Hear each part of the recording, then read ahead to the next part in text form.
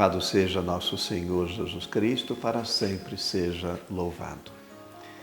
Irmãos, nós vamos agora interromper a leitura do Evangelho de Marcos durante alguns domingos para ler e meditar o capítulo 6 do Evangelho de São João.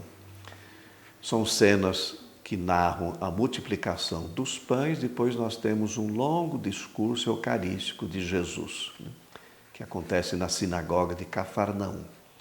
É o quarto sinal neste Evangelho. E a intenção é suscitar a fé em Jesus como o pão da vida. É isso que João quer transmitir para nós, Então vamos primeiro, o texto que nós vamos ler nesse domingo, sobre a multiplicação dos pães, que aconteceu bem próximo da Páscoa. O texto fala que Jesus atravessou o mar da Galileia, também chamado Tiberíades, subiu a montanha e sentou-se com seus discípulos. E uma grande multidão o seguia por causa dos sinais. Ele se preocupou com aquela gente e distribuiu o pão. Olha só, interessante as cenas, Elas lembram passagens do Antigo Testamento, quando o povo estava no Egito e fez a experiência de libertação sob a liderança de Moisés. Jesus agora é aquele que inaugura um novo êxodo e traz uma nova lei. Então a travessia do mar da Galileia lembra e recorda a passagem do Mar Vermelho. A subida à montanha lembra também quando Moisés subiu ao Monte Sinai e recebeu as tábuas da lei das mãos de Deus. E o pão distribuído lembra o maná. Então João quer apresentar Jesus como um novo Moisés que conduz o seu povo à vida e à liberdade, para uma Páscoa e aliança definitiva. E o seu gesto está ligado à Eucaristia. É um sinal indicativo para a comunidade que deseja celebrar a sua fé no Messias. Nos domingos que se seguem, irmãos, então nós vamos ter uma catequese sobre a Eucaristia. E iniciando, o que eu quero partilhar com vocês, Que a multiplicação dos pães, ela tem uma íntima intimidade com a Eucaristia e a vida, e mostra que a Eucaristia tem uma ligação com a nossa vida. A missa não pode se separar da nossa vida. É isso que João faz, une a Eucaristia, que é graça, e a multiplicação dos pães, que lembrem a natureza, Vendo o mistério eucarístico a partir desse sinal. Há uma continuidade e uma harmonia entre a graça e a natureza.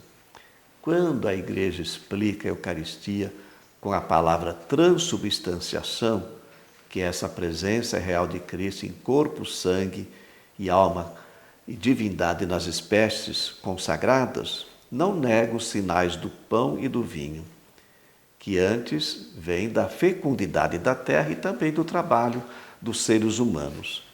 E após a consagração, lembro o sacrifício de Cristo. Então, a missa nos remete à missão. O catecismo da Igreja ensina assim, que quando nós participamos da missa, quando nós comungamos, nós recebemos os frutos da comunhão. E eu vou ler para vocês, olha, o aumento da nossa união com Cristo, o aumento e renovação da vida, da graça que nós recebemos no batismo, a remissão dos nossos pecados, restauração das nossas forças, fortalecimento da caridade, a preservação dos pecados mortais e a união da Igreja com os irmãos e o nosso compromisso com os pobres. Tudo isso nós recebemos quando nós celebramos intensamente a Eucaristia. Nós continuamos lendo Paulo, na sua carta aos Efésios, e nesse domingo ele vai falar da unidade, a importância da unidade. Cristo é o autor da Igreja. Nela celebramos a fé no Senhor e nos encontramos com os irmãos. E quais são os fundamentos dessa caridade, ou que caracterizam essa unidade da Igreja? Paulo fala, um só corpo e um só espírito, uma só esperança. O corpo está unido à cabeça, o corpo é a Igreja e a cabeça é Cristo. Os cristãos devem estar ligados a este corpo e identificar-se com Jesus. E a unidade vem através do Espírito. uma só esperança, a esperança que nós encontramos em Jesus. Um só Senhor, uma só fé e um só batismo. Os cristãos chamavam Jesus do Quírio, Senhor, é aquele que é capaz de nos congregar nessa unidade na igreja. É ali que nós encontramos sentido da nossa vida. Juntamente com esse tema da unidade e dos seus fundamentos, Paulo também apresenta algumas virtudes, né, que concretizam essa unidade. Ele fala da humildade, da mansidão, da paciência e do amor, né?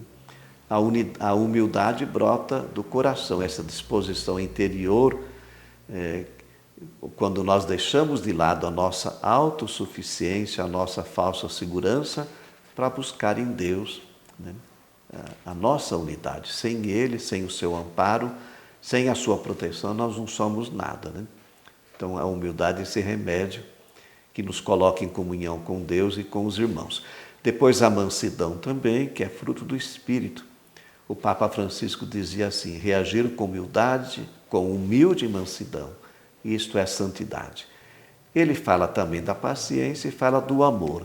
Então, são virtudes que nos ajudam a viver essa unidade que Jesus nos pede. E é na igreja, na comunidade, que nós celebramos essas virtudes, celebramos o amor, a fé, celebramos a Eucaristia e acolhemos essa graça que Jesus nos oferece. Irmãos, nós vamos rezar nesse domingo pelos nossos avós e pelas pessoas idosas, né? Nossa gratidão e as nossas orações a eles. Que a bênção do Deus Todo-Poderoso, Ele que é Pai, Filho e Espírito Santo, desça sobre vós e permaneça para sempre. Amém.